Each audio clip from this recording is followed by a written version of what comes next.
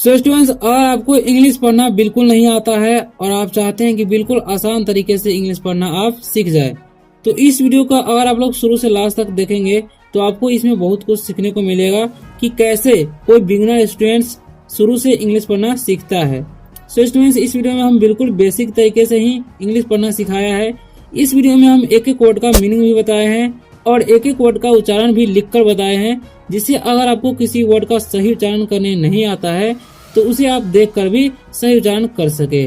और एक एक सेंटेंस का इंग्लिश टू हिंदी ट्रांसलेशन भी करने वाले हैं। अगर आपको इंग्लिश से हिंदी करने नहीं आता है तो वो भी आपको इसमें सिखाया जाएगा। अगर आप लोग वीडियो पर नए आए हो तो वीडियो को लाइक कर दीजिए और चैनल को सब्सक्राइब अवश्य कर लीजिए ताकि आप आसान तरीके से इंग्लिश पढ़ना सीख सके। स्टूडेंट्स, ऐसा अगर आप लोग मेरे साथ रोज करेंगे तो आपको कुछ ही दिनों में इंग्लिश पढ़ना आने लगेगा और आप आसानी से इंग्लिश पढ़ना भी सीख जाएंगे। अगर कोई डाउट हो वीडियो में तो आप कमेंट करके पूछ सकते हैं, वैसे तो कोई डाउट होगा ही नहीं। ठीक है, चलो वीडियो को स्टार्ट करते हैं। और आज का जो हमारा टॉपिक है वो है द फुलिश थिप। सो स्टूडेंट्स, इसे तो हम बिल्कुल आसानी तरीके से पढ़ दिए और आपको किस तरीके से पढ़ना है वो देख लीजिए। ठीक है, तो यहाँ पे लिखा हुआ है THE, तो इसे दे या थे नहीं पढ़ना है, इसे पढ़ते हैं हम लोग द, यानी कि इसका उच्चारण द होता है। यहाँ पर F से हो जाएगा फ और डबल O का क्या हो जाएगा उ और L का ल और I का हो जाएगा ई और तलावी से इसका हो जाएगा SS का। ठीक है, तो फुलिश। ठीक है, यहाँ पर देखो THIEF, तो इसे पढ़ते हैं हम, T से हो जाएगा थ और I का उच्चारण ई थी, अब EF का फ, तो इसे पढ़ते हैं हम थिप। ठीक है, सॉरी थिप पढ़ते हैं। ठीक है, अब देखिए इसका मीनिंग हम निकाल लगे हैं। ठीक है, द का कोई मीनिंग नहीं होगा। ओके, तो द का कोई मीनिंग नहीं होगा तो इसे द ही पढ़ेंगे। ठीक है, और फुलिश मतलब होता है मूर्ख, फुलिश मतलब होता है मूर्ख। ठीक है, और थिप मतलब होता है चोर। ओके, तो ये बात आपको ध्यान रखना है। अब हम अगले सेंटेंस की ओर पढ़ते हैं और हम लोग सेंटेंस को रीडिंग करना सीखते हैं। किसी भी स्टोरी को किस तरीके से पढ़ा जाता है वो सीखते हैं। ठीक है, पढ़ते हैं हम लोग वन, क्या पढ़ते हैं वन, और इसे पढ़ते हैं डे। जब किसी वर्ड के लास्ट में ए आया है, ठीक है, तो ए का उच्चारण ए हो जाता है और देर तक होता है। ठीक है, अब ए अकेला रहेगा तो उसका उच्चारण ए होगा। इसे पढ़ते हैं वेल्दी, क्या पढ़ेंगे वेल्दी। ठीक है, वेल्थी नहीं पढ़ना है। ठीक है, मैन, एम का उच्चारण म हो जाएगा और ए का उच्चारण ए हो जाएगा एन से न, तो मैन पढ़ेंगे। 3 लेटर का वर्ड हो, बीच में AN आता है, AT आता है, यानी कि बीच में ए हो तो ज्यादातर ए का उच्चारण ए हो जाता है, तो मैन पढ़ेंगे। ठीक है, सी का क और ए का उच्चारण यहाँ पर ए होगा क्योंकि लास्ट में ई है। ठीक है, और सेकंड में ए है तो ए का उच्चारण ए ही होगा। एम से म, तो पढ़ेंगे हम केम। ठीक है, काम ही नहीं पढ़ना है।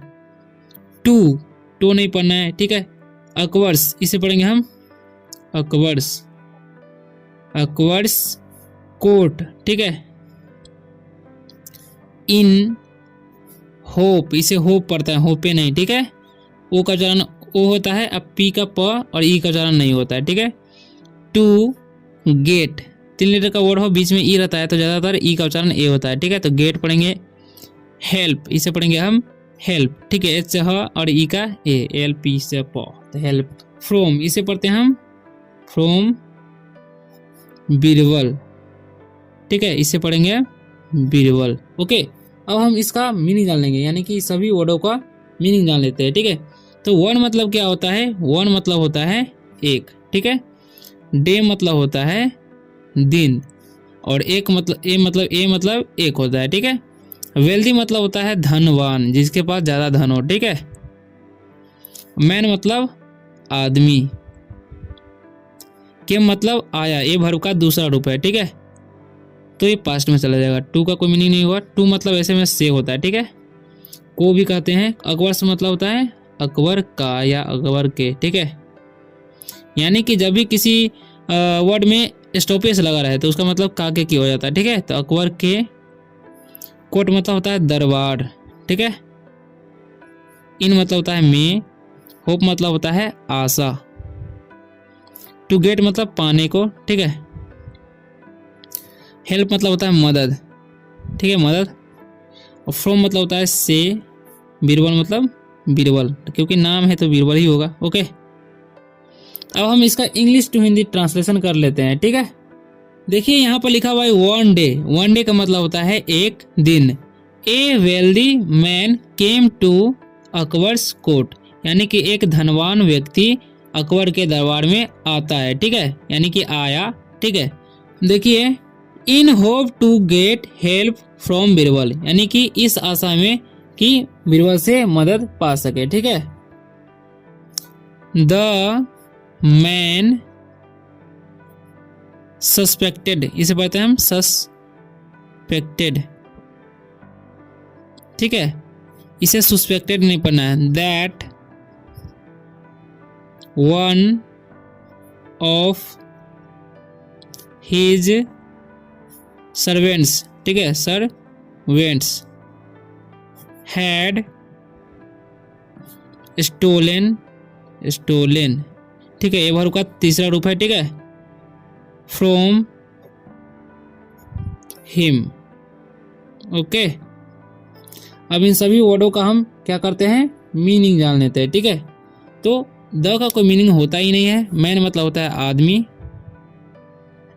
ओके। सस्पेक्टेड मतलब होता है शक या संदिग्ध भी होता है, ठीक है। दैट मतलब होता है वह, ठीक है।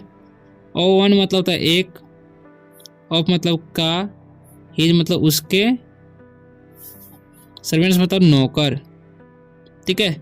हैड मतलब था, स्टोलन मतलब चुराया, ठीक है। फ्रॉम मतलब से, ही मतलब उसके, ओके।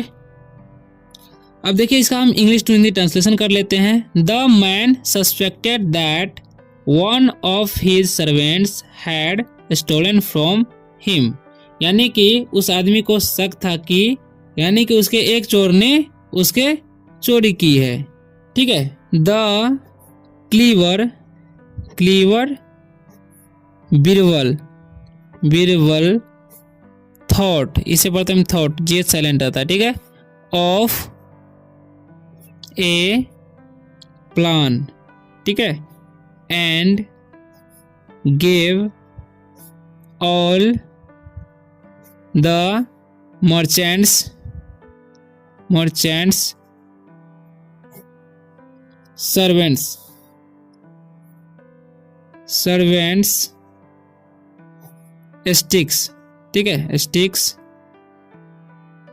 ऑफ द सेम, सामे नहीं पढ़ना, सेम पढ़ते, ठीक है, लेंथ, ओके। अब हम इन सभी का भी मीनिंग जान लेते हैं, ठीक है। अब लिखा हुआ है द का कोई मीनिंग होता ही नहीं है। क्लीवर मतलब होता है चालाक, ठीक है। बीरबल मतलब बीरबल नाम है। थॉट मतलब होता है सोचा, क्योंकि ये जो है वर्ब का दूसरा रूप है, ठीक है। ऑफ मतलब का, ए मतलब एक, ठीक है। प्लान मतलब होता है उपाय या विचार, ठीक है, ठीक है। एंड मतलब और, गेव मतलब दिया, क्योंकि वर्ब का दूसरा रूप है, और मतलब सभी। द का मीनिंग होता है मर्चेंट्स मतलब होता है व्यापारी, स्टॉपियस है तो व्यापारी के समझेंगे, ठीक है। सर्वेंट्स मतलब होता है नौकर, ओके। और स्टिक्स मतलब होता है छड़ी, डंडा बोल सकते हैं। ऑफ मतलब का, द का कोई मीनिंग नहीं था। सेम मतलब वही, लेंथ होता था लंबाई, ओके ओके। तो अब हम इन सभी का इंग्लिश टू हिंदी ट्रांसलेशन जान लेंगे, ठीक है। द क्लीवर बीरबल थॉट, यानी कि चालाक या बुद्धिमान बीरबल ने सोचा, ऑफ ए प्लान, यानी कि एक उपाय सोचा, ठीक है। एंड और gave all the merchants servants sticks of the same length, और उसने व्यापारी के नौकरों को सेम लेंथ का, यानी कि एक ही लेंथ का, यानी कि वही लेंथ का स्टिक यानी कि छड़िया दे दी, ठीक है। यानी कि बीरबल ने व्यापारी के सभी नौकरों को एक ही, यानी कि वही लेंथ का, यानी कि वही लंबाई का छड़ी सभी नौकरों को दे दी, ठीक है। He also told them that the stick will grow 3 inches by tomorrow, ठीक है। टुमारो OW का चलन हो रहा है, ठीक है। इफ दे वर्ड, इसे वर्ड भी पढ़ते हैं, वेयर भी हम लोग पढ़ते हैं, द थिप, ठीक है। The next day all, A double L रहता है तो एक का उच्चारण ओ हो जाता है, ठीक है। अब इन सभी का मीनिंग जान लेते हैं, ठीक है। ही मतलब होता है वह, ऑल्सो मतलब होता है भी, टोल्ड मतलब कहा क्योंकि ये वर्ब का दूसरा रूप है, ठीक है। टेल मतलब कहना होता है, देम मतलब उनको, दैट मतलब की समझेंगे यहाँ पर, या वो भी होता है, द का कोई मीनिंग नहीं, स्टिक मतलब छड़ी या डंडा, विल मतलब गागे की समझ लेंगे, ठीक है। ग्रो मतलब होता है बढ़ना, 3 मतलब होता है 3, इंचेज मतलब होता है इंची, बाय मतलब के द्वारा होता है, ठीक है। टुमारो मतलब कल, इफ मतलब अगर, ठीक है। दे मतलब वे लोग, ओके। वेर वर मतलब होता है थे, द का कोई मीनिंग होता है थी मतलब चोर, ठीक है। द मतलब कोई मीनिंग नहीं होता है, नेक्स्ट मतलब होता है अगले, डे मतलब दिन, और मतलब सभी, ठीक है। अब हम इसका इंग्लिश टू हिंदी ट्रांसलेशन कर लेंगे, ठीक है। तो यहाँ पर लिखा हुआ है ही ऑल्सो टोल्ड देम, यानी कि उसने सभी को यह भी कहा, दैट की the stick will grow 3 inches by tomorrow, यानी कि कल जो है छड़ी 3 इंच बढ़ जाएगी, ठीक है। इफ अगर दे वेयर द थिप, अगर वे लोग चोर थे, ठीक है, या चोर है, ठीक है। द नेक्स्ट डे यानी कि अगले दिन, ऑल मतलब सभी, द सर्वेंट्स गैदर्ड अराउंड, ठीक है। ओयू का उच्चारण आ हो रहा है, ठीक है, वीरबल, ठीक है। अब हम सभी का मीनिंग जान लेते हैं। ऑल मतलब सभी तुम जान ही गए हैं, द का कोई मीनिंग नहीं हुआ। सर्वेंट मतलब होता है नौकर, नौकरों होगा क्योंकि पूरा फॉर्म में है। गैदर मतलब इकट्ठा होना होता है, ठीक है, इकट्ठा, इकट्ठा। अराउंड मतलब चारों ओर, ठीक है। बीरबल मतलब बीरबल नाम है, तो ठीक है। अब हम इसका मीनिंग जान लेंगे। All the servants gathered around Birbal, यानी कि सभी नौकरों बीरबल के चारों ओर इकट्ठा हो गए, ठीक है।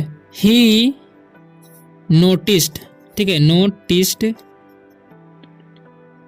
noticed that one of the servants sticks was, या was भी पढ़ते हैं, 3 इंचेज शॉर्टर, ठीक है, इसे पढ़ेंगे हम शॉर्टर देन द अदर्स, ठीक है। अब इन सभी का मीनिंग जान लेते हैं, ठीक है। ही मतलब होगा वह, नोटिस मतलब ध्यान देना होता है, ठीक है, ध्यान देना। और दैट मतलब कि, वन मतलब एक, ऑफ मतलब का, द का कोई मीनिंग होता है, सेवन मतलब नौकर के, क्योंकि ये स्टॉपेज लगा हुआ था, नौकर के समझेंगे। स्टिक मतलब होता है छड़ी, वाज मतलब था, 3 मतलब 3, ठीक है। इंचेज मतलब इंची, शॉर्टर मतलब छोटा, देन मतलब बजाय, ठीक है। द का मीनिंग होता है अदर्स मतलब दूसरा, ठीक है। यानी कि अब इसका हम इंग्लिश टू हिंदी ट्रांसलेशन कर लेंगे, ठीक है। ही नोटिस दैट, इसने यानी कि उसने ध्यान दिया कि one of the servants sticks was 3 inches shorter than the others, यानी कि उसने ध्यान दिया कि उनमें से एक नौकर का छड़ी जो है 3 इंची छोटा था दूसरे के बजाय, ठीक है, यानी कि दूसरों के बजाय, ठीक है। बीरबल इमीडिएटली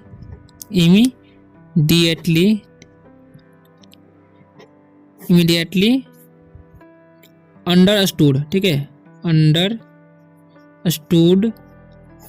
हु, इसे हु पढ़ेंगे, द थिप वॉच, ठीक है। अब इसका हम मीनिंग जान लेते हैं, ठीक है। अब लिखा हुआ है बीरबल मतलब होता है, बीरबल नाम है तो ठीक है। इमीडिएटली मतलब होता है तुरंत, ठीक है। अंडरस्टूड मतलब समझ गया, ठीक है, समझ गया, क्योंकि ये वर्ड का दूसरा रूप है। हु मतलब कौन, द का मीनिंग होता है थीप मतलब चोर, वॉज मतलब था। यानी कि अब इसका यानी कि हम इसका इंग्लिश टू हिंदी ट्रांसलेशन कर लेते हैं। Birbal immediately understood who the thief was, मतलब बीरबल तुरंत समझ गया कि कौन चोर था। ठीक है, द थीप हैड कट, इसे कुट नहीं पढ़ना, ठीक है। द यू का चलन अ होता है, स्टिक शॉर्टर, ठीक है, by 3 inches as he thought it would grow 3 inches, ठीक है। अब इन सभी का मीनिंग जान लेंगे, ठीक है। द का कोई मीनिंग तो होता ही नहीं है, और थिप मतलब होता है चोर, हैड मतलब था समझेंगे, कट मतलब काटना होता है, द का कोई मीनिंग होता है स्टिंग मतलब छड़ी, शॉर्टर मतलब छोटा, बाई मतलब के द्वारा, ठीक है। 3 मतलब होता है 3, इंचेज मतलब इंची, एज मतलब जैसे, ही मतलब वह, थॉट मतलब सोचा, इट मतलब होता है यह, ठीक है, या इसे भी बोलते हैं वुड मतलब चाहेंगे, ठीक है। ग्रो मतलब होता है बढ़ना, ओके। 3 मतलब 3, इंचेज मतलब इंची, ओके। अब इसका हम इंग्लिश टू हिंदी ट्रांसलेशन कर लेंगे, ठीक है। क्या लिखा हुआ है, the thief had cut the stick shorter by 3 inches, यानी कि चोर जो है अपने स्टिक को 3 इंची छोटा काट लेता है, ठीक है। As he thought it would grow 3 inches, यानी कि उसे लगा कि यह जो छड़ी जो है 3 इंची बढ़ जाएगा, इसलिए वो उसने काट दिया था, ठीक है। Because of this his guilt was proven, ठीक है।